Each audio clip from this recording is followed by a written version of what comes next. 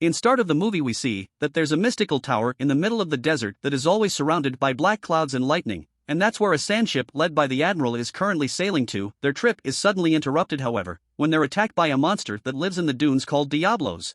It tries to knock over the ship by pushing it with its giant body, so the admiral rushes to the wheel and tries to steer the vessel out of the monster's way. The escape is successful, but sadly, when trying to rescue Handler from falling off the ship, the hunter falls instead and is left behind in the desert. Captain Natalie Artemis and her security team are searching for a missing team of soldiers in the desert. The only clues they have are a recording of their SOS message and the wheel tracks on the road that suddenly come to a stop, as if the vehicle that left them had disappeared in thin air. Suddenly, a dark storm appears in front of them. The team gets on their vehicles in order to escape. No matter how fast the team drives, though, the storm is faster and soon reaches their cars, pushing them inside a portal. As the vehicles fall off the edge of a cannon, the cars are pushed by the wind. They roll and turn over and over, throwing the people inside off their seats.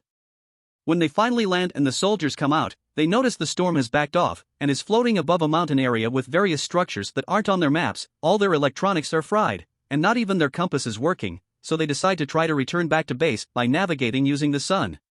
Axe tells them to wait, because he finds the cars used by the lost team. There are bodies next to them, burned to such an extreme that couldn't be accomplished by a flamethrower. There are glass shards around, which indicate something exceedingly hot having melted the sand, and empty bullets, which means the dead soldier defended themselves from something. Getting worried about whatever it is that caused this, the team gets back on their cars and leaves the area, unaware that Hunter is watching them. But they stop again when they find one more mind-blowing thing, a giant animal skeleton, bigger even than a dinosaur.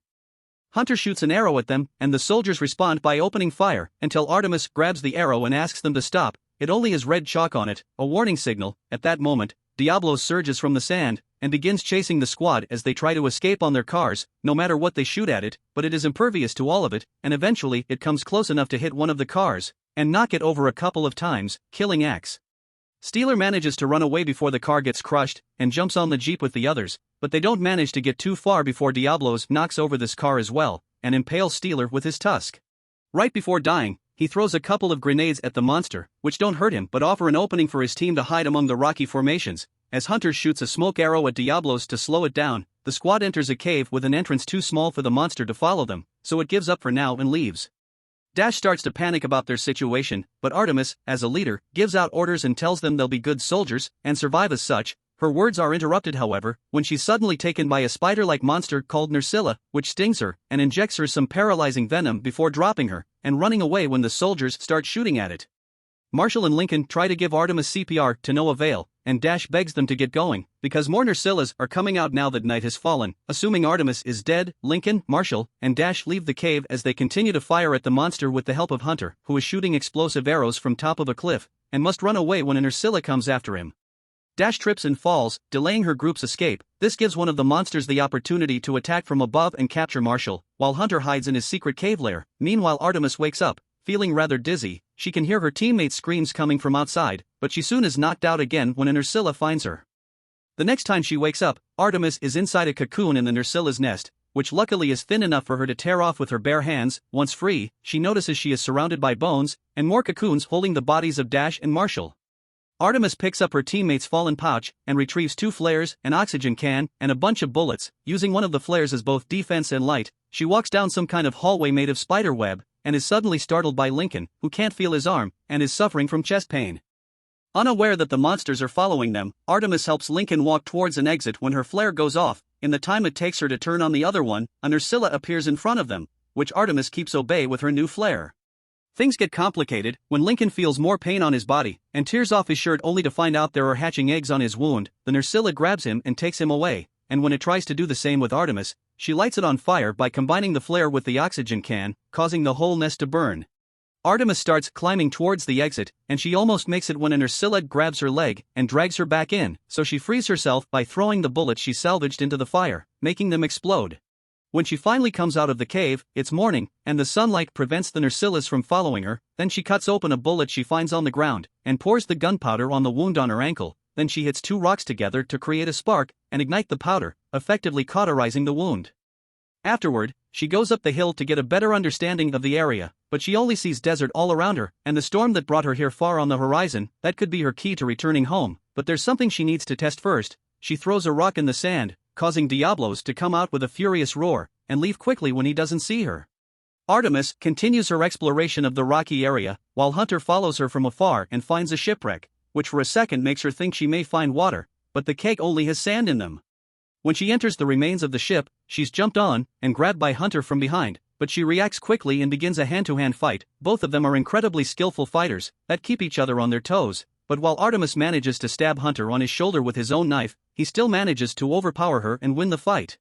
After tying up her hands, he takes Artemis to his cave lair, trying to make her walk faster before night falls and the spiders come out again. Artemis falls to the ground and picks up a glass shard without him noticing before she's picked up again and taken away. At the cave, Hunter drinks some water and eats moss from the rocks, but he doesn't share anything with Artemis, and when she tries to talk, he makes her stay silent because the Narcillas are outside, trying to dig their way in. Afterward, Hunter prays to two little figurines he carries with him, unaware that Artemis is only pretending to be asleep and is actually working on cutting the ropes on her wrists with the glass shard. The next morning, Hunter goes out to check on the storm and the monsters, and when he returns, he doesn't find Artemis where he left her, falling for her ambush. After hitting him and tying him up, she tries to drink from his water, but he kicks off the contraption so she can't have it. They cannot communicate because they speak different languages, so Artemis responds by destroying his little altar, which makes him furious. Hunter jumps on her and they begin to fight again, and all the moving around and rolling takes them out of the cave. Since they can't control the rolling, Hunter falls into a hole that takes him to the Narcillas' nest, but Artemis catches him just in time and drags him back up before cutting the ropes that tie him off. Trying to show she isn't his enemy, she offers him some chocolate as a peace offering, which he tries and loves the taste of. In return, he lends her his water skin, which she drinks from before following him to the edge of the hill area. There, they manage to communicate a little. They both want to go back into the storm, but Diablos is in the way. Artemis thinks they should go back to her military cars and retrieve their weapons, but Hunter disagrees. Guns are useless against monsters. Instead, he takes her to the entrance of the Narcilla's nest to explain his idea. If they can kill a spider and take its poison, they can use it to defeat Diablos. Artemis agrees, calling it using a monster to kill another monster, and reluctantly accepts to be bait. As the sun goes down, she moves to stand in the middle of the rocky area and sings a song to attract Narcilla's attention. The plan works, and when a spider shows up, Artemis runs in the direction of the trap they had set up. The Narcilla steps on a rope that captures her, and Hunter uses the chance to jump from above with his giant sword and cut its head in half. They also cut off its stinger, which they take back to the lair before more Narcillas come after them. The next day, they start getting their plan ready. The insides of the Narcilla's stinger are wrapped around an arrow. They build a trap at the shipwreck, and Artemis is given armor and weapons to train with. One is similar to a grappling hook, the other one is a set of dual blades that can be lighted on fire when pressed together. When the time comes to execute the plan, it goes quite well at first. They release a makeshift catapult that sends a keg flying, and it lands in the middle of sand, causing Diablos to come out at a safe distance from them. Then Artemis and Hunter start running towards her army vehicles with Diablos chasing after them, but they are forced to stop when the monster hides under the sand. Hunter decides to act as bait, while Artemis goes to retrieve her weapons, but during his run, he accidentally drops the pouch. When he comes back to pick it up, Diablos take the chance to come out and knock him off. Hunter wastes no time, and shoots the venomous arrow right into its eye. This enrages Diablos and makes it go faster after him, but Artemis distracts it by shooting the car's machine gun. Then Diablos start to feel dizzy because of the venom, but bullets are still not enough to hurt it, so it comes closer and knocks over the car after Artemis hides in it. The Diablos continues to follow her when she gets out, and Hunter takes advantage of this distraction to jump on its head and impale his sword in the middle of it. Sadly, it doesn't go deep enough, so Diablos shakes him off his body and sends him flying until he hits the other car.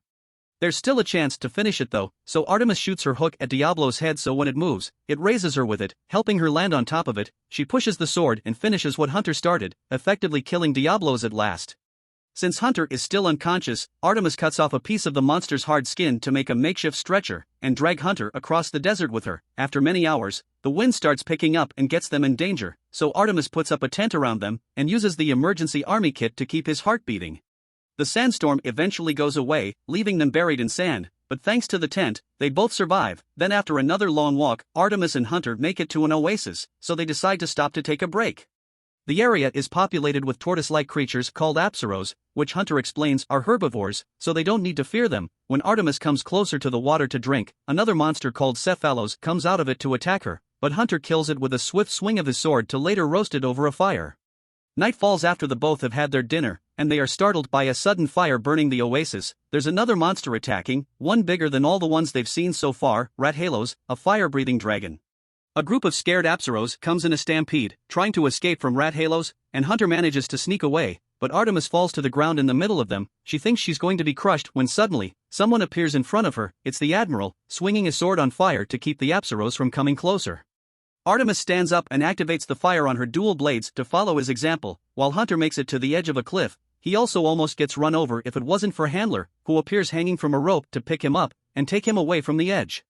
When all the Apsaros are gone, Artemis thanks the Admiral for his help, and he surprises her by speaking English right before knocking her out with a punch. She wakes up moments later inside a cage in a ship while the Admiral's crew watches her. They're sent away by Hunter, who obviously feels guilty about her confinement, but there's nothing he can do about it. After he's gone too, Artemis notices there's a hatch on the floor of her cage, so she uses the bench to destroy the lock, open the door and sneak into the kitchen. When she tries to steal a knife, she's startled by the Admiral's cat-like companion and official chef, the Palico, who doesn't let her take anything. It is then that Hunter arrives with good news. Artemis is free now. He takes her to see the Admiral, who apologizes to her for the misunderstanding and removes her shackles before explaining why he did so in the first place. The Admiral is afraid of her world, and what it could do to this one. Artemis isn't the first one that is crossed over, and it was from previous visitors that he picked up her language. The thing responsible for all this is the Sky Tower, which lies at the peak of the mountain surrounded by the storm. It's a remnant of an ancient civilization, pretty advanced and dangerous. These ancients knew how to travel between worlds, but they're extinct now because technology turned on them, and the Admiral suspects Earth may have something to do with it. They're on their way to investigate the tower, but Rathalos is a dangerous obstacle. The Admiral proposes that if Artemis helps them defeat it, they'll help her get home in return, so of course Artemis accepts. The crew leaves for the mountain at dawn, and they make it to the tower after a long walk. The Sky Tower is standing on lava, and they think that's what powers it, allowing it to control the storm and create a gateway to her world, which looks rather unstable. As soon as they take some steps towards the tower, they find glass shards on the ground, meaning Rathalos is close. After the Admiral reminds them that Dragon is weak right before it breathes fire, the team splits and gets ready to fight.